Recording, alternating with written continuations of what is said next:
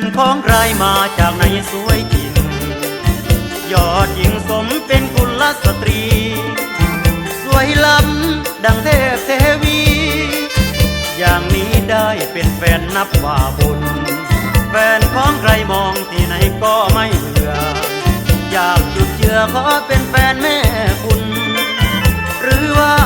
เจ้าจากเมืองสวงคนที่เดินควงคงเป็นผู้มีบุญถ้าได้ถามคงสุขใจบุญก่อนได้เลยคำจุด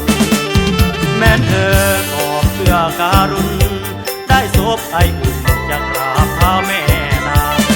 ตามคำสั่งคนท่านเป็นอย่างอุ่นบ่ลืมคุณนอกน้องอย่ามองข้ามว่าพี่ล้วนวันแต่เบามือบ่ได้ไปหาตามภาษาหัวใจ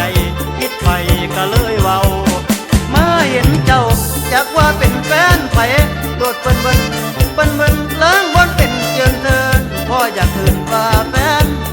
อย่าเกียดแค้นว่าพี่ปากจังไรหัวใจมันบังคับบ่อาจทนทานได้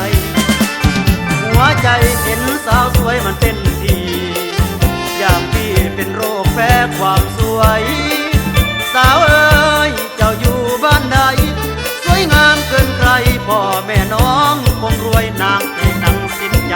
ที่ใครว่าสวยเดินเคียงกับน้องคงสวยงามเนื้อกันเสียด้วยงามเหมือนมวยจริงครั้งเดียวที่ได้เจอหัวใจจนเสื่อหยุดยืนจังงังได้อยู่กันกับน้องตามลำพังเหมือนดังได้นั่งบนสวรรค์คันไหลคุณมีได้ขันบ่ค่าเจ้าของเพิ่นสิพาเดินอ่อนแอนเมื่อภายแม่พี่ชายไปบ้านอายย่านแต่แผ่นดินเหลืองเข้าในเมืองเดินถนนย่านรถส้นกันยุ่งผมโซเฟอร์ย่านเผลอเลอใจถอยนั่งตาลอยเลือกข้างบ้านนางนองยางกายแฟนของใครมาจากไหนนักหล่อนจราจรคงสับสนวุ่นวาย